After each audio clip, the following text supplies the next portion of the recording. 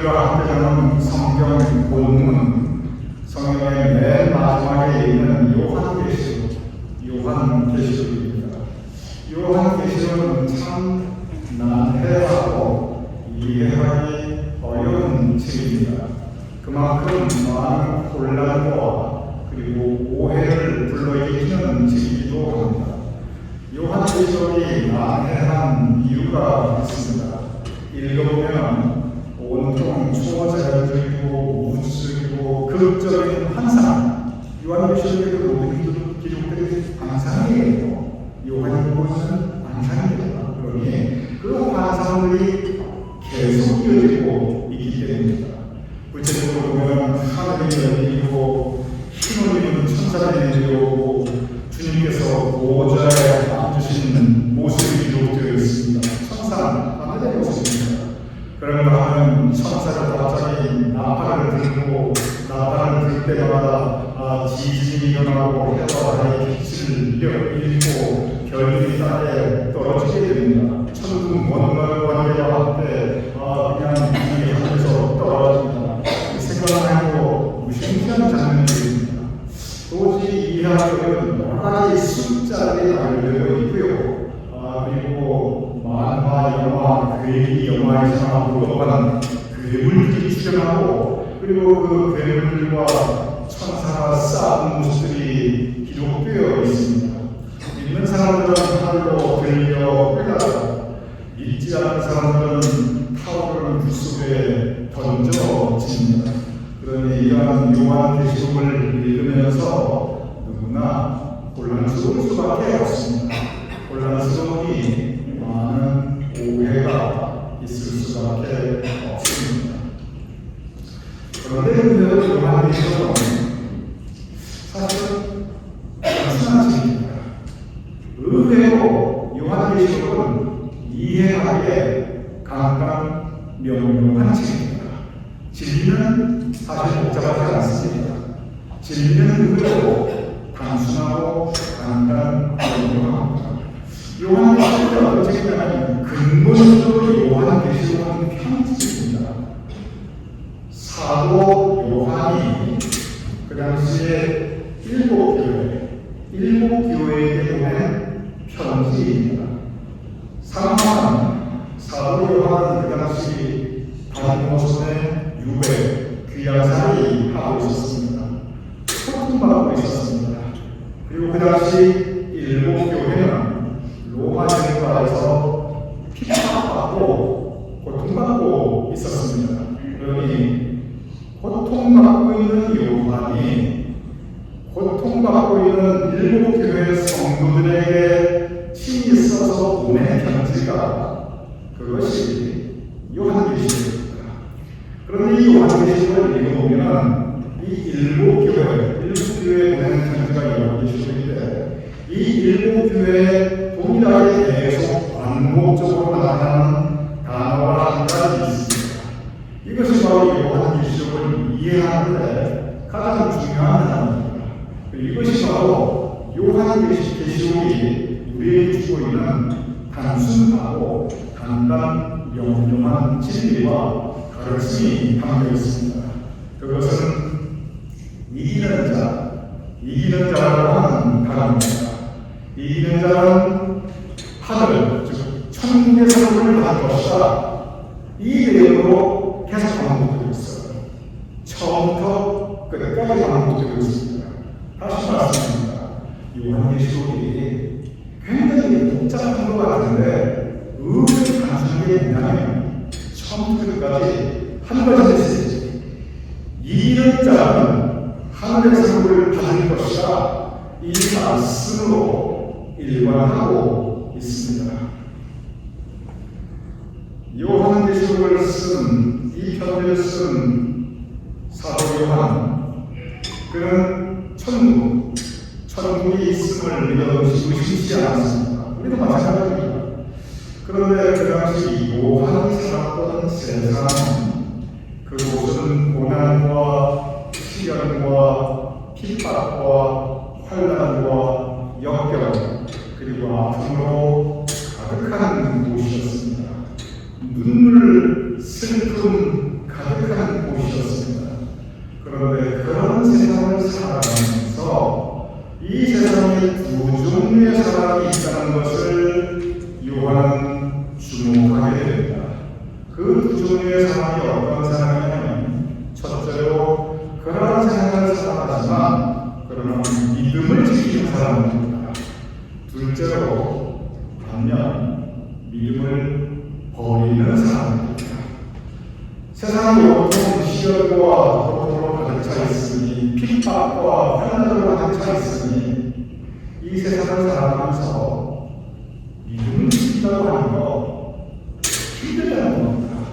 요한이 그것을 지적해요.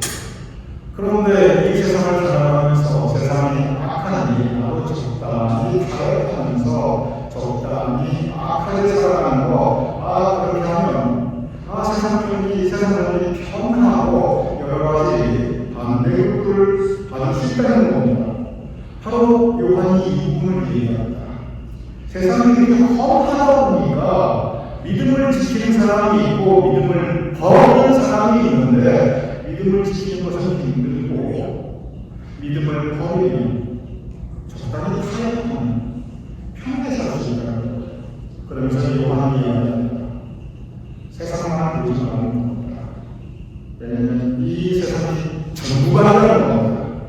이 세상 너머에 또 다른 세계, 새로운 영적 세계, 하늘의 세계가 있다는 것을 요한이 가르치고 있습니다.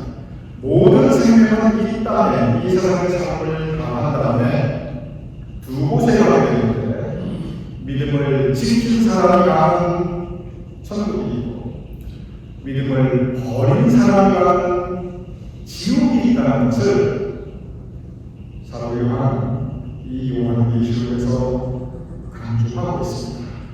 그래서 계속 천국의 모습과 지옥의 모습이 계속 반복되고 있습니다.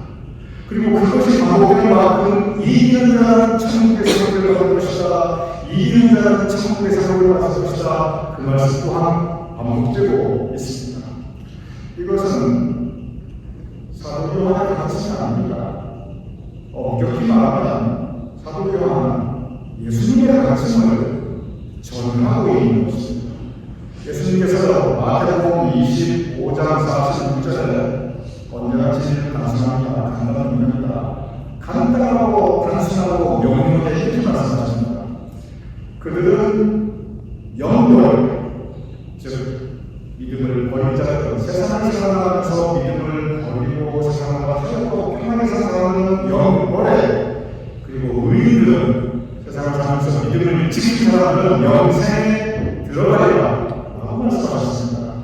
즉 이 세상이 끝난 이후에 새로운 세상이 펼쳐지는데, 그것은 영생과 영벌로 구별되고 있다고, 즉 천국과 지옥 구별되고 있다고 예수님께서 분명히 말씀하셨습니다. 우리 개신교, 우리 장로교, 감리교, 성결교, 친교교 하는 것 없이 우리 개신교들은 이 천국과 지옥을 분명히 믿고 있습니다.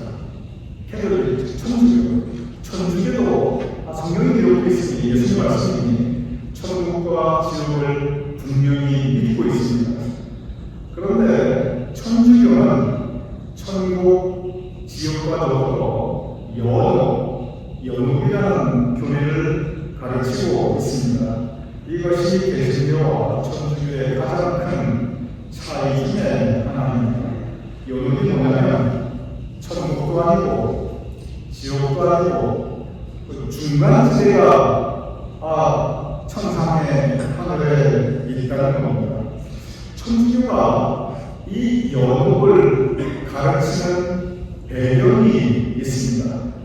그게 뭐냐면, 이렇게 요한계시록에 사람들이 세상을 살면서 믿음을 지키는 사람, 믿음을 버리는 사람, 그래서 믿음을 지키는 사람은 천국으로, 믿음을 버리는 사람은 지옥으로, 이렇게 둘로 딱 나누고 있는데, 그런데 세상을 살아보니, 사람들을 겪어보니, 이 교회가 성도들의 생활을 가만히 들여다보니, 세상을 살아보면서 지킨 것도 아니고, 그렇다고 믿음을 확 버리는 것도 아니고, 그 어정쩡한 중간지대에 있는 사람들이 너무나 많다는 겁니다. 어떻게 사람이 세상을 살아가는데, 그리고 그 사람의 일생을 선과 악, 흑과 백, 딱 둘로 나눌 수 있느냐? 그럴 수가 없다는 거예요. 사람은 믿음을 가지고 산다고 하지만, 그렇다고 해서 천국 갈 만큼 그렇게 완전하고 선하고 착하게 그렇게 살지도 못했고, 그렇다고 지옥에 들어서 꺼지지 않는 데 영혼을 얻을 만큼 그렇게 죄를 짓지도 않고, 그런 사람들이 너무 많다는 거예요. 천주교는 오해성사라는 게 있습니다. 성도들이 신부님에 가서 자신의 지은 죄를 고백하는 거예요. 신부들이 그 모든 오해성사를 듣다 보니까, 저렇게 신앙도 저러고 듣고 보니 저런 죄를 지었네. 도대체 천국에 자신께 보낼 만한 영혼이 없는 거예요. 천주교가 이걸 갖고 고민합니다. 이게 그냥 천주교에서 무식해가지고 그런 게 아니에요.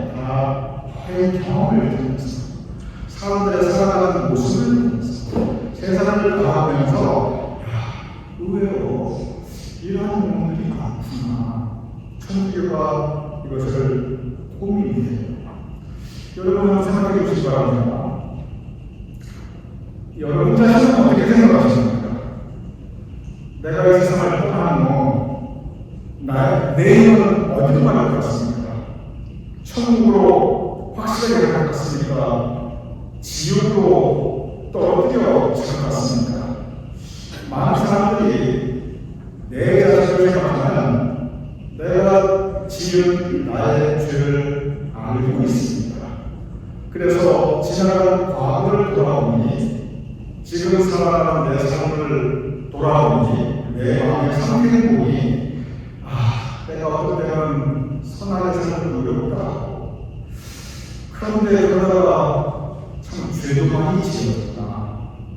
믿음을 지키기도 했지만 믿음을 따라 탕자 같은 생활을 하였구나. 이렇게 이 두 가지가 섞여 있는 것이 우리 대부분의 삶의 모습입니다. 천주교회가 이 고민을 깊이 하게 되고, 사람이 완전하지 못한다. 그러면서 세운 교리가 바로 영혼입니다. 선도 아니고 악도 아니고, 즉 완전한 선도 아니고 완전한 악도 아니고, 완전한 흑도 아니고 완전한 백도 아니고, 그 중간에 걸쳐진 사람들이 머물 수 있는 곳이 하늘에 있겠지. 왜냐하면 하늘을 가볼 수는 없지만 세상을 바라보니, 사람들을 보니 그럴 수밖에 없지 않겠느냐. 이렇게 해서 천주교회가 공식적으로 영혼이라고 하는 교리를 세우게 됩니다. 이 영혼이라는 교리가 나오면서 많은 사람들이 그 마음속에 뭘 느끼냐면, 내가 가고 싶다. 그렇게 생각하게 되고, 내가 천국 가느냐 그러지 않고, 내가 지옥 가느냐 그 정도까지는 없다고, 나한테 영혼이 딱 맞다. 그런 생각을 많은 사람들이 하게 됩니다. 여기까지는 이해만 합니다. 그런데 중세 천주교가 우리 교인들 잘 아시듯이, 이걸 가지고 제가 작년에 이 사순절 소리 공부를 시켰습니다. 중세 천주교가 여기서 한 가지 더 나왔어요. 뭘 했냐면 면죄부를 받았습니다.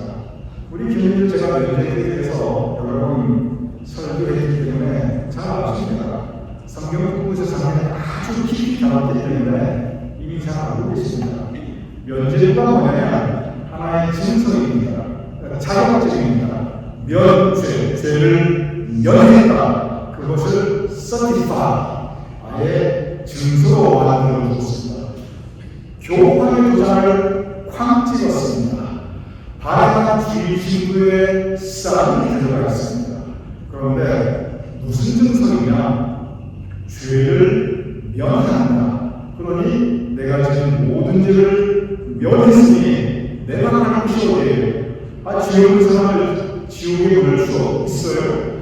죄 없는데 무슨 용기가 가요? 내 죄는 다 면죄 받았으니 내가 갈 곳은 천국밖에 없습니다. 그래서 교황이 보증한 천국 가는 증서, 그게 면죄예요. 중세교들이 이걸 정식으로 받았습니다. 교황의 이름으로 받았습니다. 성당이라면 주인 신부가 팔았습니다. 그러니 이 면죄부가 온 유럽에서 불티나듯이 팔려나갔습니다. 재미있는 것은 이 면죄부가 얼마 가격이 딱 정해진 게 아니에요. 그래서 부자는 많이 내고 없는 사람은 돈도 없는데 그냥 조금만 내고, 그러니 부자는 부자고 한국에 돈 있는 사람도 이 면죄부를 다 살 수 있었어요. 낼 수 있는 만큼 내겠습니다. 그러니 이 면죄부 안 사는 사람이 누가 있겠습니까? 이렇게 해서 중세교들이 엄청난 장사를 하게 됩니다. 로마에 가면 베드로 대성당이 있는데 정말 화려하고 정말 웅장하고 정말 아름답습니다. 온갖 예술품으로 가득 차 있습니다. 그런데 그 로마 대성당의 건축비 대부분을 이 면죄부 받아가지고 그것으로 이 베드로 대성당 지었다는 거, 이거 거의 대부분이 가지고 있는 역사적인 사실입니다. 이 연옥이 이렇게 해서 면죄부를 하게 되는 참 그러한 역사를 우리가 보게 됩니다. 면죄부에 대한 코미디 같은 얘기가 있습니다. 그런데 이 코미디 같은 얘기를 들어보면 이 면죄부가 얼마나 허황된 것인지 알 수 있어요. 중세교회 신부들이 교황이 이 면죄부를 하면서 정말 이것을 하면 그 영혼이 천국 간다고 그 사람이 정말 믿었을까? 아니면 돈만 보고 갔을까? 그걸 엿볼 수 있는 일화가 한 가지가 있었습니다. 성당에서 로마 교황청에서 파견한 면죄부를 하는 주임 신부가 와서 ICC에서 실제 있었던 일입니다. 면죄부에서 쫙 설교를 하고 면죄부를 하기 시작했어요. 그러니 이 사람이 또 구름대처럼 몰려들어서 부자들은 부자들, 가난한 사람들은 가난한 사람들, 그 면죄부를 다 살펴치고, 그래서 그 주임신부가 커다란 눈대장에 그냥 문이 하나 그렇게 생겼습니다. 그래서 그날 면죄부 장사 다 하고 이제 가려고 하는데 한 사람이 이 주임신부 앞으로 왔어요. 그러면서 한 가지 질문이, 이 면죄부에 대해서 제가 한 가지 질문이 있습니다. 이렇게 딱 물어보는데, 그 질문이 뭡니까? 그러니까 이 면죄부를 살면 내 죄를 다 면죄, 사함받는 건 제가 이해가 합니다. 질문이 뭐냐면, 그러면 사람이 죄를 짓는데 이 죄라는 건 보통 과거에 내가 무슨 죄를 지었다 이거 아닙니까? 그런데 사람이 미래에도 죄를 지을 수 있는 가능성이 있는데, 그렇죠. 우리가 내일, 내년, 내후년에 죄를 전혀 안 지겠다 이런 자신이 누가 있어요? 사람이 미래에도 죄를 지을 수 있지. 그러면 이걸 사면 미래에 짓는 그 죄까지도 용서해 주십니까? 그걸 물어봤어요.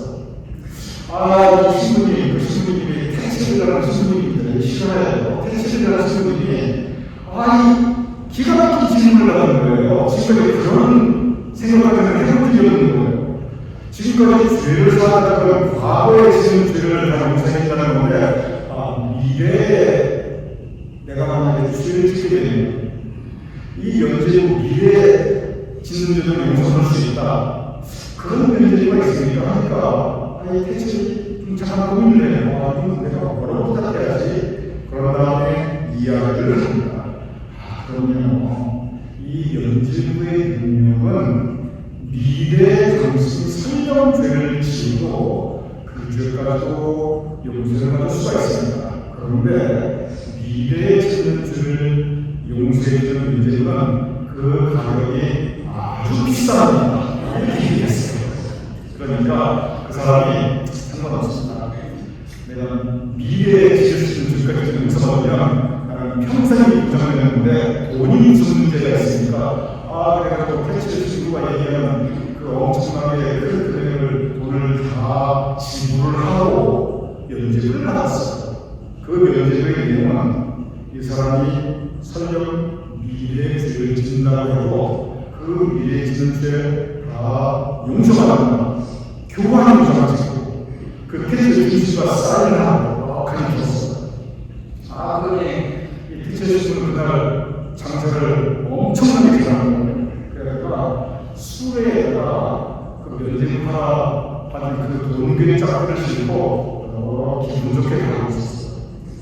그래 이제 사람들을 택시 주신과 그 수레 돈 수레를 싣고 갔는데 갑자기 그냥 강물이 나타나니 그냥 이 택시주를 주업하고 주변에 있는 경호원들을 다 때려치고 그리고 이 수레를 갖다가 이 탈취해 가는 거예요. 이 택시주가 얻어맞으면서 가만히 보니까 자기 때리는 사람이 그날 자기한테 면죄부 상한 사람인데요. 이게도 죄를 질 수 있습니까? 용서하십니까? 그 사람이 갖다가 자기를 때려치고 이 동백자를 다 강탈해 가는 거예요.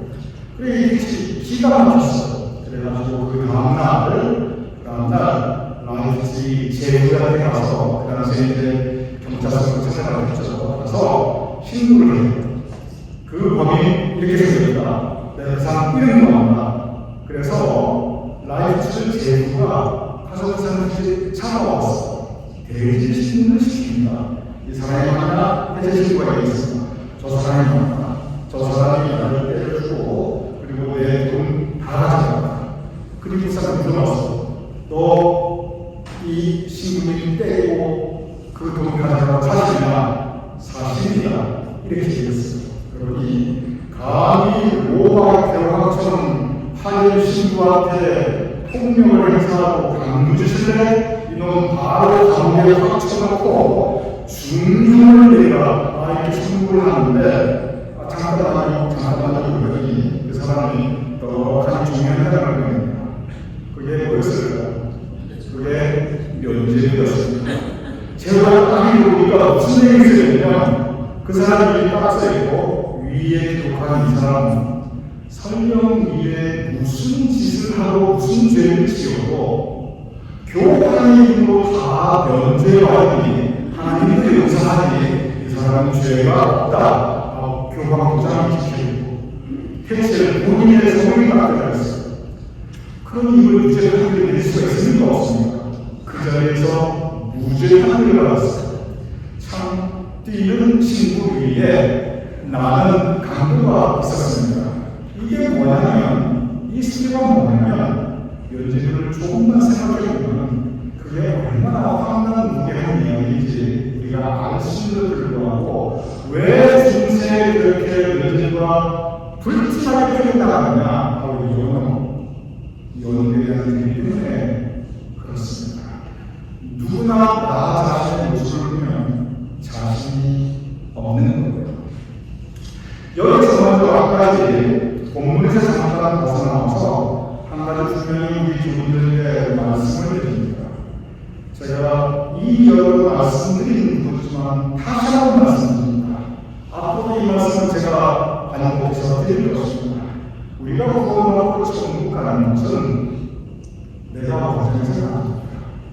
내가 완전히 성공하고 내가 완전히 배이고 나한테는 한점 흑탕물도 없고 그런 사람들이 갈 수 있는 곳이 천국이 아니에요. 만약에 그렇다면 천국 텅텅 비어 있을 겁니다. 아무도 못 가요. 우리가 천국 가는 것은 내 공부가 아니라 예수님의 십자가의 고혈의 능력입니다. 예수님께서 십자가에 달려 돌아가신 거고 우리의 죄가 계속 받았고 즉 예수님께서 우리의 죄값을 다 대신 치러주셨고 값없이 면죄부 사람도 없어요. 값없이 치러주셨고 그래서 예수님의 십자가의 고혈의 능력 그 구원의 우리가 축복할 수 있는 것입니다. 그래서 구원은 은혜입니다. 우리 노력으로 우리가 얻어지는 것이 아니라 은혜로 선물로 주어지는 것입니다.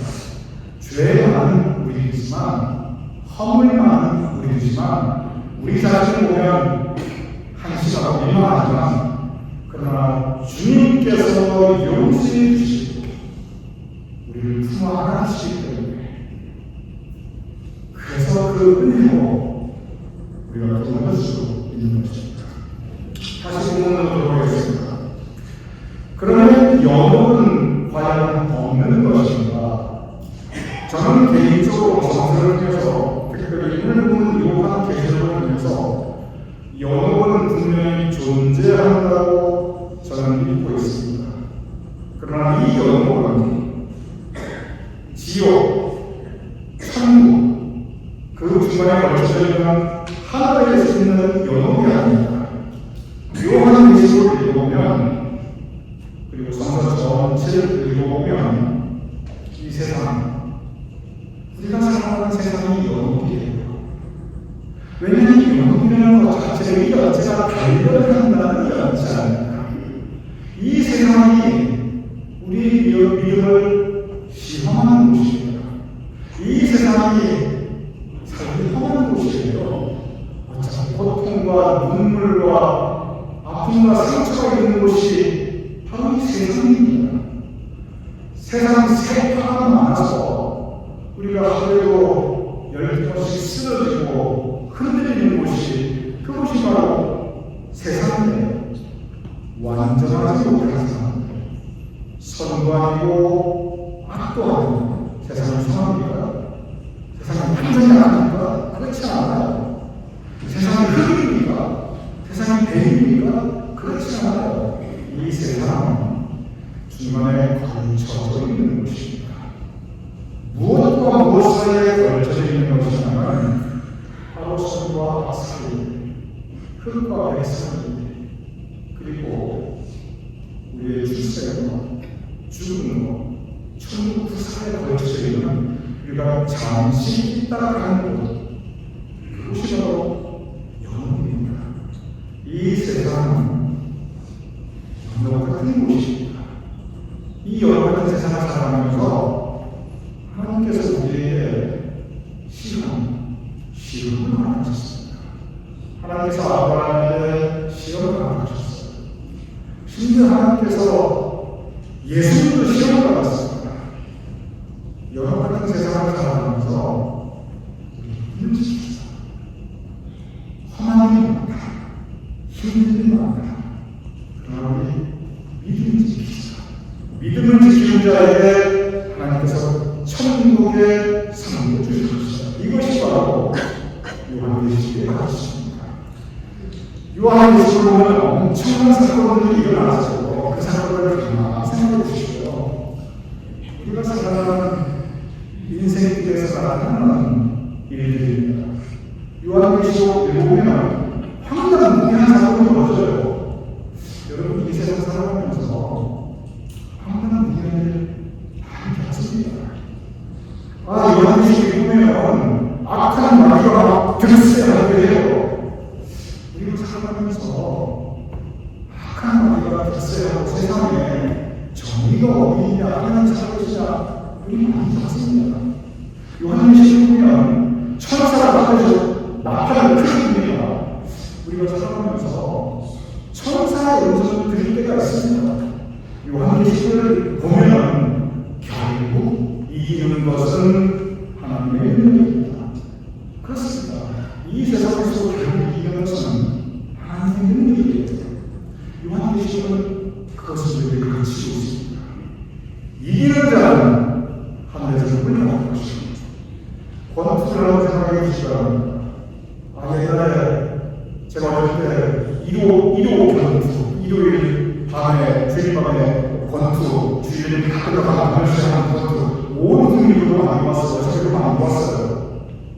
우리 팀들도 홍수환 선수가 그냥 그 권투에서 이긴 거 여러분 그거 다 기억하실 거예요. 권투 선수가 승리한 승리한다고 했을 때 그 시험 내내 때리기만 합니까? 그렇지 않아요.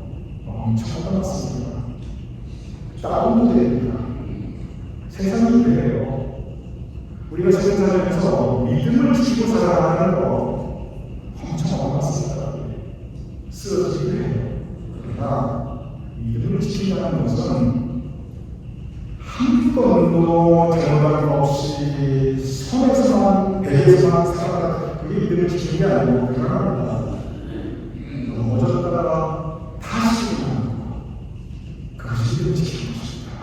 오늘 말씀은 이기는 자에게 하나님의 선물이 있으니 연합 같은 세상을 살아가지만 승리하는 인생, 믿음을 지키는 인생, 흔들리고 넘어지지만 다시 일어나는 인생을 살아갈 수 있는 믿음을 도와주시기를 주님께 축원합니다. 이렇게 기도하겠습니다. 아버지 하나님, 우리가 연합 같은 세상을 살아가고 있습니다. 불안정한 우리가 이 불안정한 세상을 살아가고 있습니다. 그럴 때 우리가 믿음을 지키게 해주시옵소서.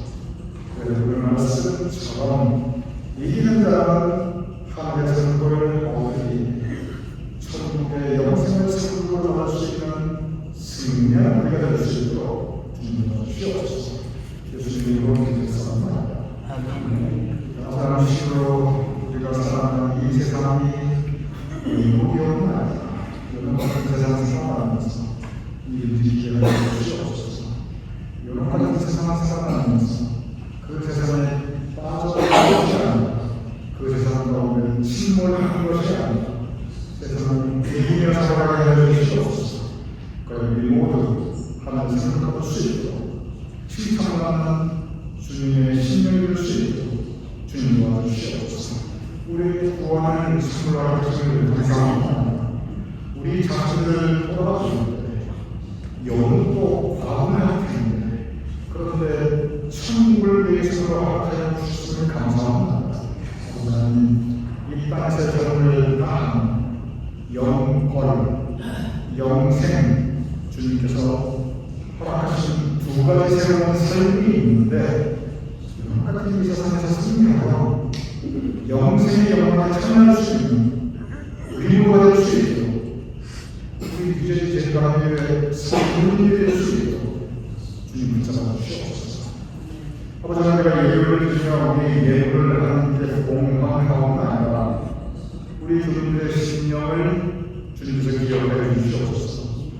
동원하여 우리는 숨길을 기억해 주시옵소서. 우리 주님의 가정과 가족과 그 자손들을 기억하여 주시옵소서. 기억하시는 주님께서 은총 내려 주시옵소서. 그럼 우리의 삶이 복되게 하시고 우리의 심령이 은혜로 가득차게 하여 주시옵소서. 우리의 삶이 여기에서 천국으로 옮겨가는 승리한 인생이 될 수 있도록 주님 도와주시옵소서. 이제는 우리 주 예수 그리스도의 크신 은혜와 아버지 하나님의 극진하신 사랑과 성령의 강도 강한 역사하시니 이 시간 함께 모여 예배를 드리는 우리 모두의 머리 위에 사랑하는 우리의 가족들과 자식과 후손들의 머리 위에 우리의 두고 자랑스러운 대한민국과 우리가 사랑하는 이 땅 미국과 또한 주님께서 주신 우리의 교회와 우리가 올려지는 그 모든 예배와 사역들 고통받고 있는 신령들 지금 영원하게 함께 하실 것을 간절히 축원하옵나이다. 아멘.